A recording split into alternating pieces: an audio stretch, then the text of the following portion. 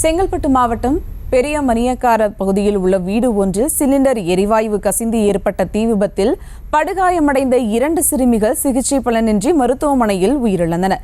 இதுகுறித்த கூடுதல் தகவலோடு இணைகிறார் செய்தியாளர் சுதாகர். வணக்கம் சுதாகர், விவரங்கள். வணக்கம் சுபா. செங்கல்பட்டு பெரியார் நகரில் சிலிண்டர் எரிவாயு கசிந்து தீ விபத்து ஏற்பட்டு 2 சிறுமிகள் பரிதாபமாக உயிரிழந்திருக்கின்றனர்.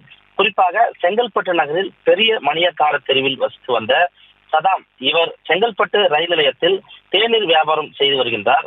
இவரது வீட்டில் நேற்று மாலை சிலிண்டர் எரிவாயு கசிந்தது திடீரென தீப்பற்றி ஏற்பட்டிருக்கிறது. வீட்டில் இருந்து புகை வெளியே வருவதை பார்த்த அக்கம் பக்கத்தினர் செங்கல்பட்டு தீயணைப்புத்துறை வீரர்களுக்கு தகவல் தெரியப்படுத்தியிருக்கிறனர்.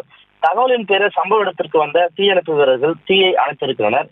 தீ விபத்தில் காயமடைந்த சதாமின் மனைவி ரோஜி, அதே போன்று மகள் ராஜ்யா பர்வீன், சாயலி, அப்தாப் உள்ளிட்ட 4 பேர் பயங்கர தீக்காயங்களுடன் செங்கல்பட்டு அரசு மருத்துவமனையில் அனுமதிக்கப்பட்டனர்.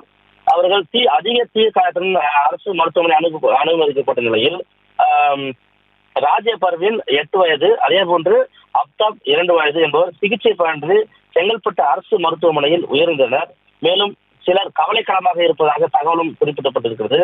குறிப்பாக செங்கல்பட்டில் ஏற்பட்ட இந்த தீ விபத்து 2 சிறுமிகள் உயிரிழந்த சம்பவம் பெரும் சோகத்தை ஏற்படுத்தியிருக்கிறது. சுபா, செய்திகளை உடனுக்குடனும் துல்லியமாகவும் தெரிந்து கொள்ள சப்ஸ்கிரைப் பண்ணுங்க.